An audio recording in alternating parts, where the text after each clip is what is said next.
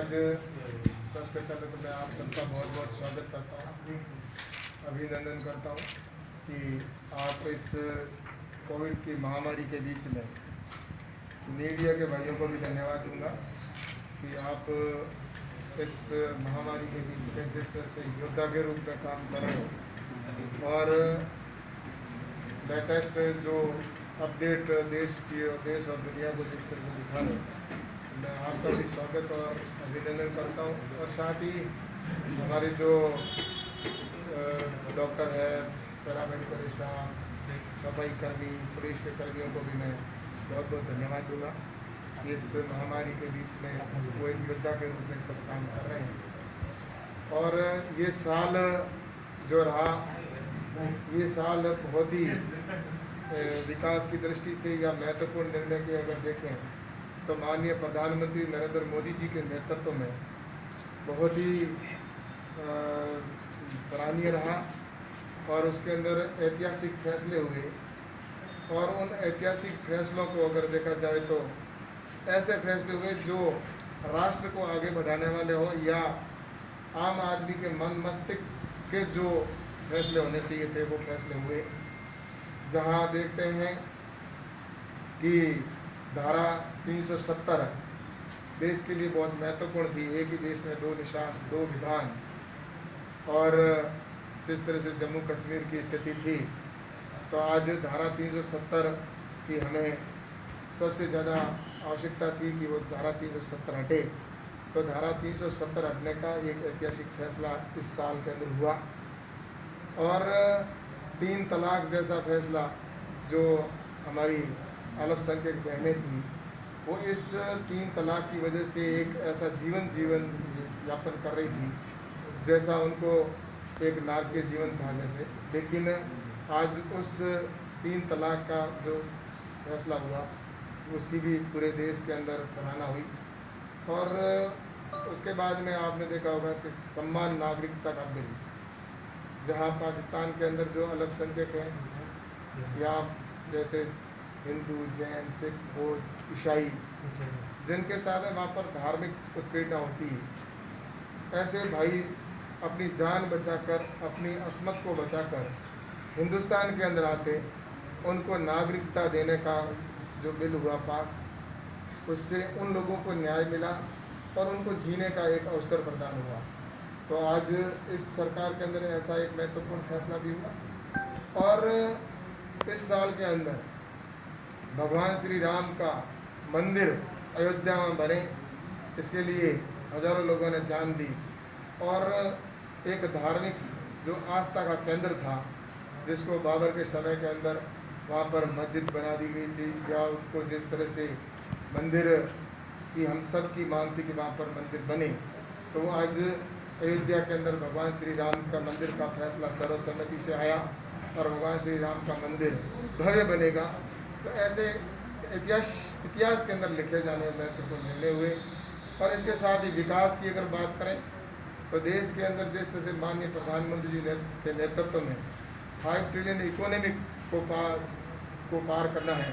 तो उसकी ओर आगे बढ़ते हुए कई ऐसे फैसले हुए, चाहे वो औद्योगिक क्षेत्र में हो, चाहे वो व्यापार मजदूरों के उत्थान के लिए हो या किसान के जीवन स्तर को ऊपर उठाने के लिए हो।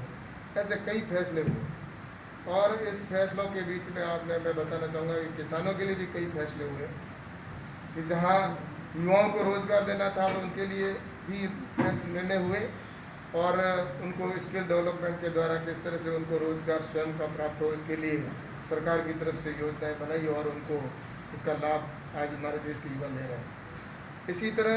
किसानों की अगर बात करें तो किसानों के लिए किसान सम्मान निधि के तौर पर 6,000 रुपये देने का तय हुआ कि किसान को हर 4 महीने के अंदर 2-2 हज़ार रुपये की इंस्टॉलमेंट के रूप में उनको मिले। तो आज देश के अंदर लगभग 9 करोड़ किसानों के खातों के अंदर 6,000 रुपये की किस्त पहुंचना प्रारंभ हुई है। और किसानों की इनकम डबल करने का जो 2022 तक का लक्ष्य है, उस लक्ष्य को प्राप्त करने के लिए भारत सरकार निरंतर प्रयास कर रही है। और इसके लिए प्रधानमंत्री जी ने जो 10,000 FPO की घोषणा की है, 10,000 FPO बनेंगे और जैविक खेती को बढ़ावा दिया जाएगा, जीरो बजट फार्मिंग के माध्यम से किसान की लागत कम हो, इसके ऊपर बल देते हुए आने वाले टाइम के अंदर ग्रामीण क्षेत्र में जो हमारे जो किसानों को एक ग्राम स्वराज की जो हमारी परिकल्पना है उसको चरितार्थ करने के लिए हम निरंतर लगे हुए हैं। और निश्चित रूप से मैं कह सकता हूँ कि आज जो बजट की घोषणा भी अगर कृषि के अंदर भी हुई है तो वो अगर पहले के अगर बजट का अपना आकलन करें देखें तो 2014 से पहले किसानों का जो बजट होता था वो मात्र और मात्र 30,000 करोड़ के आसपास हुआ करता था। लेकिन आज मुझे कहते हुए प्रसन्नता है कि पिछले साल का जो कृषि का बजट था वो 1,37,000 करोड़ था और इस बार जो बजट है एग्रीकल्चर का वो 1,51,000 करोड़ से भी अधिक का बजट है। तो इससे साफ जाहिर होता है कि जहाँ पर पहले 5 साल के अंदर एग्रीकल्चर के अंदर किसानों को जो मिलता था उतना बजट अब 1 साल के अंदर माननीय प्रधानमंत्री जी के नेतृत्व के अंदर किसानों को दिया जा रहा है। इससे किसानों को निश्चित रूप से लाभ होगा, किसानों को उसकी रेट मिले। उसके लिए जहां अगर देखें तो MSP को 1.5 गुना भी किया गया और साथ ही जो इनाम मंडियां थी उनको भी जहां 585 इनाम मंडियां थी उसको बढ़ाकर अभी हमने 1,000 मंडी इनाम के साथ में जोड़ दी है। और इसी तरह आज जो किसानों के लिए भविष्य के अंदर और भी कई फैसले होने वाले हैं जिसके अंदर किसानों के लिए हमारे किसानों को कॉन्ट्रैक्ट फार्मिंग का हो, इसके साथ ही मंडी से बाहर किसान अपने उत्पादन को बेच सकता है, इसका भी बिल निश्चित रूप से आगे आएगा। तो ऐसे कई फैसले हुए हैं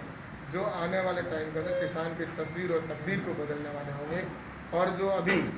माननीय प्रधानमंत्री जी ने 20 लाख करोड़ रुपए का जो पैकेज की इस कोविड के समय में घोषणा की है, ये आने वाले समय में आत्मनिर्भर भारत को बनाने के लिए एक बहुत बड़ा कदम का जो ये फैसला हुआ है, जिसके अंदर किसानों के लिए भी 1 लाख करोड़ रुपए जो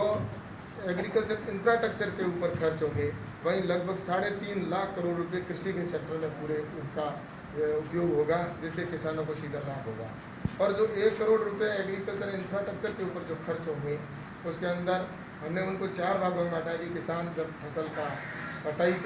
बुआई करे उस समय उसको हॉर्टिकल्चर हो या उसको बूंद बूंद खेती हो, उसके उपकरणों की आवश्यकता हो, संसाधन हो, मशीनरीज हो, उसके ऊपर खर्च होगा।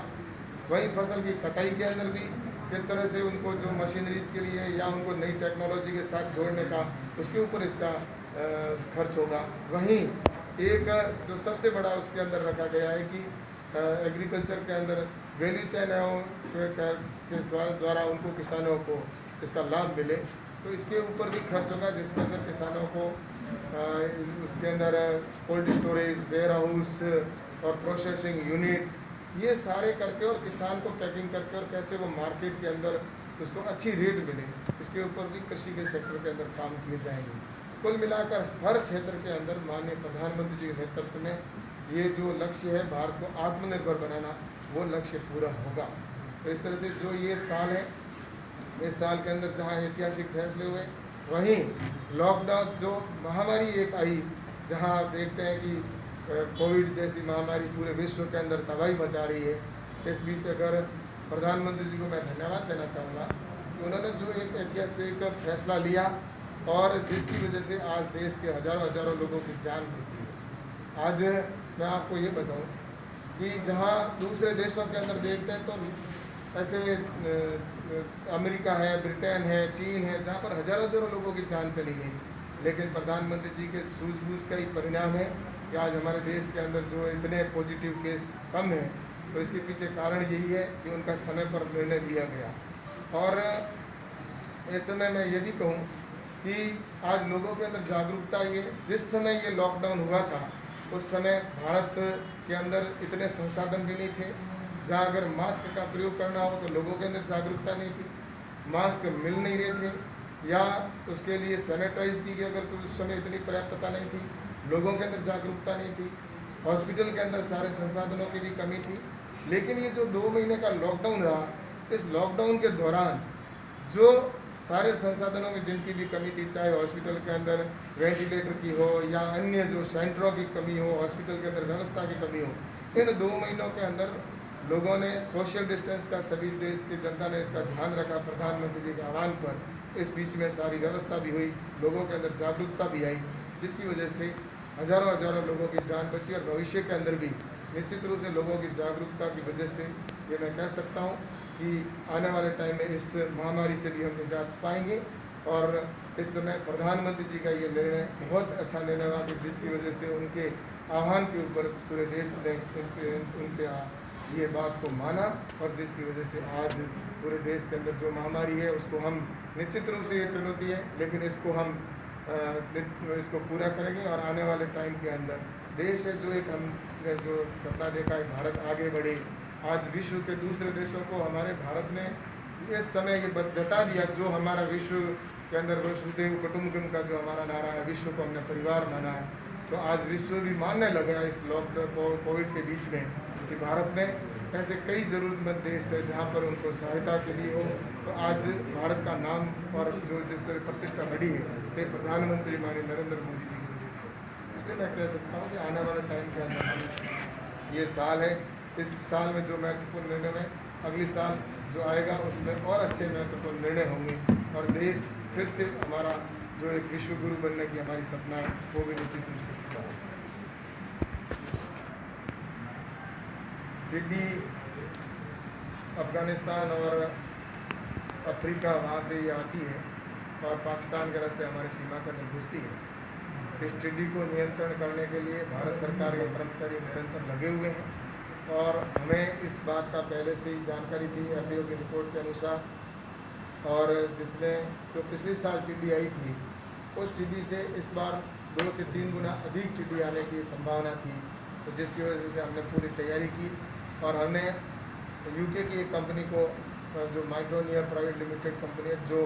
इस पेस्टिसाइड को छिड़काव करने की एक मशीन बनाने की कंपनी है, तो उस कंपनी को हमने 60 नई मशीनें खरीदने के वहाँ पर ऑर्डर कर दिए, और इसके साथ ही 5 हेलीकॉप्टर की मशीनें जो उससे छिड़काव हो उसके भी आदेश दिए। और लेकिन वो थोड़े लॉकडाउन वहाँ पे भी था, यहाँ पे भी था, जिसकी वजह से वो थोड़ा लेट हो चुके हैं, लेकिन अगले महीने के फर्स्ट वीक तक हमारी आधी मशीनें आ जाएगी, और लास्ट वीक तक हमारी और मशीनें वो भी पहुँच जाएंगी। इस बीच हमने ये व्यवस्था की है कि 14 करोड़ रुपए राजस्थान की सरकार को RKVY योजना के अंदर पैसा दिया है, और ट्रैक्टर या कोई टैंकर है या अन्य कोई फायर ब्रिगेड से अगर वो छिड़काव करना चाहते हैं तो उसके लिए भी हमने वहाँ से स्वीकृति जारी की है। और NDRF फंड से पहली बार ये पैसा स्वीकृत किया है कि किसान अगर कोई डीजल और ट्रैक्टर का किराया भी देना होगा तो NDRF फंड से दिया जाएगा। राजस्थान सरकार को पूरा कह दिया है कि आप जो भी इस टिड्डी को ख़त्म करने के लिए जितना भी संसाधनों की आवश्यकता होगी, जो भी आवश्यकता होगी, भारत सरकार देगी, आपको व्यवस्था करनी है, क्योंकि ये व्यवस्था दोनों सरकारों की जिम्मेवारी है। जहाँ राजस्थान सरकार की जिम्मेवारी है उतनी भारत सरकार की जिम्मेवारी है। जवान का जो एक्ट है उसके अंदर प्रावधान है कि जहाँ रेगिस्तानी क्षेत्र है वहाँ पर भारत सरकार के कर्मचारी है वो छिड़काव करेंगे, और जहाँ एग्रीकल्चर सेक्टर है वहाँ पर जो राज्य सरकार है उसके कर्मचारी वहाँ पर छिड़काव करते हैं। तो इस नाते ये दोनों सरकारों की जिम्मेवारी है, और इसलिए मैं ये कह सकता हूँ कि आने वाले समय के अंदर हमने उसके लिए गाड़ियों की भी व्यवस्था की है, और मिलकर हम इस टिड्डी को नियंत्रण करने की पूरी कोशिश करेंगे। और एक और बताऊँ कि हमारी 2 दिन पहले हमारी मीटिंग हुई थी, जो प्लेन है ऐसे जो हमारे एयर इंडिया है, स्पाइस जेट है, अन्य जो प्लेन है उन कंपनियों के साथ ही हमारी मीटिंग हुई, और उनके पास भी ऐसी कुछ प्लेन न के उन्होंने कहा कि हमारे पास है जिनसे आप स्प्रे कर सकते हैं, तो उनको भी हमने स्वीकृति जारी की है। और आने वाले समय के अंदर अगर टिड्डी दल जैसा कि संभावना है कि पीछे से और आ सकता है तो उसके लिए प्लेन से छिड़काव करने की आवश्यकता होगी तो वो भी हम करेंगे, लेकिन किसानों को नुकसान है वो नहीं होने देंगे। और इस टिड्डी दल को अगली बार आएगी तो उसकी हम पूरी तैयारी कर रहे हैं, और निश्चित रूप से इसमें हमें सफलता मिलेगी। लेकिन पाकिस्तान की जब ये सीमा से आती है तो उसकी सूचना पाकिस्तान से हमें नहीं मिलती है, वरना हम पहले से तैयारी कर रख सकते हैं। लेकिन फिर भी उसके बावजूद भी जैसे ही आएगी तो हमारे वहाँ पर हम BSF के संपर्क में भी है, वहाँ से भी सूचना मिलती है, अन्य जगह से सूचना मिलती है, उसके आधार पर हमारे कर्मचारी वहाँ पर पहुँचते हैं और उसको नियंत्रित करते हैं, और उसकी हमारी प्रक्रिया निरंतर जारी है। और आने वाले टाइम पर टिड्डी के ऊपर कंट्रोल करने की हम पूरी तैयारी